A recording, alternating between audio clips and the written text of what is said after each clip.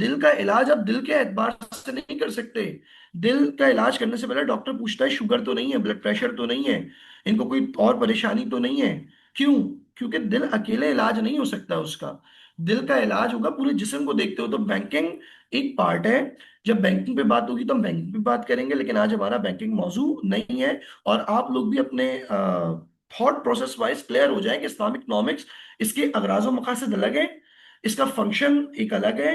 اس کے ڈپارٹمنٹ میں سے ایک ڈپارٹمنٹ فائنینشیل سیکٹر ہے، اس میں سے ایک صورت بینکنگ ہے، نہ کہ اس سے زیادہ کچھ بڑھ کر. بروکریج ہاؤس کنورٹ ہوگا بزنس میں. یہ ہم آج جب انٹروڈکشن ٹو اسلامک بینکنگ کی ہم بات کریں گے تو ہم یہ بات کریں گے. اور business risk management, business ethics by operating Islamic banking, brokerage house, یہ ساری چیزیں جو ہیں میں جنرلی تو اس کے بتا چکا ہوں. ثاقب اقبال صاحب کا بروکریج ہاؤس کے حوالے سے سوال ہے، اس کے اندر جو بزنس ایتھکس ہیں. کنورژن کے حوالے سے ہم بات کریں گے اپنے تیسرے لیکچر سیریز میں، introduction to Islamic banking finance میں. کرنٹ کیا ریگولیشنز ہے ابھی اس کے اوپر بھی ہم بات کریں گے. پی ایس ایکس نے ابھی مارکیٹ میں دیا ہے، فلوٹ کیا ہے شرعی کمپلائنٹ ٹریڈنگ، باقاعدہ کاؤنٹر انہوں نے ڈیولپ کیا ہے. ایتھکس یہی رہیں گے، ایتھکس الگ نہیں ہے. کمیشن لیا جا سکتا ہے، مثلا جیسے میں نے آپ کو کہا کہ ایک بروکر خریدتا ہے بیچتا ہے کوئی آپ کے بہاف کے اوپر، کمیشن لے سکتا ہے، اس میں کوئی حرج نہیں ہے. ایجنسی کی جا سکتی ہے، البتہ وہ ایجنسی ریئل آپ کی ویلیو ایڈیشن یا سروسز بیسڈ ہونی چاہیے، نہ کہ صرف یہ کہ میں اپنے کوئی پریویلیج کے طور پہ اضافی لیتا رہوں. جب بھی پریفرنشل رائٹس کے حوالے سے بھی اسلامی اسکالرز کے درمیان اختلاف پایا جاتا ہے کہ پریفرنشل رائٹس ٹھیک بھی ہیں یا نہیں ہیں. بہرحال جب ان موضوعات پہ ہم بات کریں گے تو ان کو تفصیل سے دیکھیں گے. ہمارے اپنے موضوع کے متعلق کوئی سوال ہو تو بتائیے گا، ورنہ ہم انشاءاللہ آج کی بات کو تمام کریں گے. اور میں چاہوں گا کہ آپ لوگ اگلی کلاسز میں بھی اس طرح جڑے رہیں، اور دوسروں کے ساتھ بھی شیئر کیجئے. گھر کی خواتین بھی سنیں سمجھیں پڑھیں. نوجوانوں کے لیے بہت اہم ہے، نوجوان لڑکے لڑکیوں کے لیے، پروفیشنلز کے لیے، اسکالرز کے لیے، جو ینگ شریعہ اسکالرز ہیں وہ اس کو پڑھیں، مزید اس کو بہتر کرنے کی کوشش کریں. ہمیں بتائیں کہ ہم اور چیزوں کو کیسے بہتر کر سکتے ہیں. الصادق انسٹیٹیوٹ سے آپ رابطے میں رہیں. الصادق انسٹیٹیوٹ کو میں نے ابتدا میں بتایا تھا کہ پاکستان کا نمایاں اسلامک بینکنگ اینڈ فائنانس میں ایک ادارہ ہے، جو کہ پاکستان کا پہلا ڈائیورسفائیڈ انسٹیٹیوٹ ہے، یعنی جہاں تمام مکاتب فکر کے لوگ آتے ہیں، پڑھتے بھی ہیں، پڑھاتے بھی ہیں. اور پین پاکستان ہم اپنی خدمات سر انجام دے رہے ہیں. حوض علم قم اور حوض علم نجف یعنی ایران اور عراق میں ہمارے آف شور آفس ہے، اور ہمارے مختلف کورسز ہوتے ہیں آن لائن آف لائن، اس میں بھی آپ شرکت کریں. اور یقیناً آپ سب کے تعاون سے ہم چاہتے ہیں کہ اسلامی معاشی نظام کی طرف عملی اقدامات کیے جا سکیں. السلام علیکم سر. نجم اسلم صاحب کہہ رہے ہیں is it ethical for a company to increase a product price during a crisis such as a pandemic or natural disaster to maximize profit؟ یہ درست نہیں ہے. یہی میں نے آپ کو بتایا کہ اگر نیچرل ڈیمانڈ کی وجہ سے کوئی چیز اوپر ہو جاتی ہے اس کی پرائس ٹھیک ہے، لیکن اگر کوئی ہولڈنگ کر کے کریں یا پھر لوگوں کو ایکسپلوئٹ کرنے کے لیے کریں. مثلا یہ چیز ہے اور آج کل بڑی چل رہی ہے، ماسک بڑا چل رہا ہے، تو میں ماسک کو کیوں نہ 50 روپے کا بیچنے لگ جاؤں، یہ درست نہیں ہے. پینڈیمک کی صورتحال میں، نیچرل ڈیزاسٹر، یہ ہمارے المیہ ہے. اب آپ کو کیا بتائیں کہ جو چیزیں مسلمان ممالک میں تو ہونا چاہیے کہ ضرورت کی وہ فری میں ملنے لگ جائے، اور ایسا ہوتا تھا، ایسا نہیں ہے نہیں ہوتا تھا. لیکن جب سے یہ پروفٹ سینٹرک انسان ہوا ہے، لالچ انسان، قرآن یہی کہتا ہے نا کہ انسان لالچی ہے طبیعتاً، اور شریعت اسی طبیعت کی تربیت کرتی ہے. اور اگر تربیت نہ ہو تو انسان کیا کہے گا، بھائی میرا فائدہ ہونا چاہیے، کسی کا کوئی بھی نقصان ہو. اب آپ جائیے ناردرن ایریاز میں گھومنے کے لیے، صحیح بات ہے کہ اگر جب ٹریفک ہوتا ہے تو وہاں پہ ہوٹل پرائز بڑھ جاتی ہیں چیزیں، لیکن کیا آپ نے نہیں سنا مری میں جو واقعات ہوئے کہ لوگ ایک ایک انڈا 400 روپے کا بیچ رہے تھے صرف پروفٹ موٹیو کے لیے. اور جیسے میں نے کہا اس کے ایڈورس افیکٹ ہیں آپ کی اپنی پرچیزنگ پاور پہ، ایسا ہول سوسائٹی. کیونکہ جو پیسے مجھے مل رہے ہیں، میں 400 روپے کی کوئی چیز بیچ رہا ہوں جو کہ صرف 10 روپے کی ہے، 40 روپے کی ہے، تو وہ پیسے میں بھی تو خرچ ہی کر کے کنزیوم کروں گا نا. میں کھاؤں گا تو نہیں ان پیسوں کو. کوئی بولے کہ بھائی مجھے تو ویلیو مل گئی، نہیں، میں کنزیوم کروں گا، ان پیسوں کو خرچ کروں گا تو مجھے بھی کوئی چیز پھر مہنگی ملے گی. لیکن افسوس ہے کہ یہ ہمارے یہاں معاشرے میں ایسا ہے، اور یہ درست نہیں ہے. اپنا خیال رکھیں. انشاءاللہ آپ لوگ پھر دوبارہ پرسوں ملاقات ہوگی اسلامک لا آف کانٹریکٹ کے سیشن میں. یہاں ہم نے آداب کی بات کی، اب ہم احکام کی بات کریں گے کہ پروڈکٹ کی شرائط کیا ہے،